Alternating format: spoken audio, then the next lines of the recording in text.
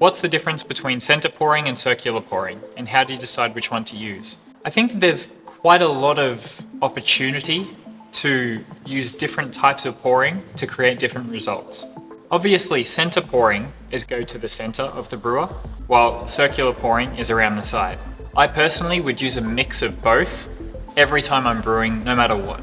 I think that if you just use center pouring, it's hard to get agitation on the outsides. And if you just do circular pouring, especially a gentle circular pour, you're not agitating particularly well. So using a combination of both is important.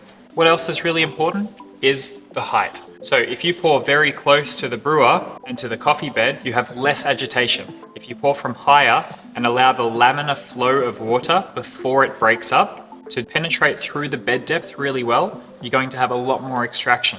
So personally, when I want to extract a little bit more, say for the first 2 or 3 pours of a brew, I might start higher, and then for the last few pours, I might be low and have less extraction and agitation then to avoid any unwanted flavors.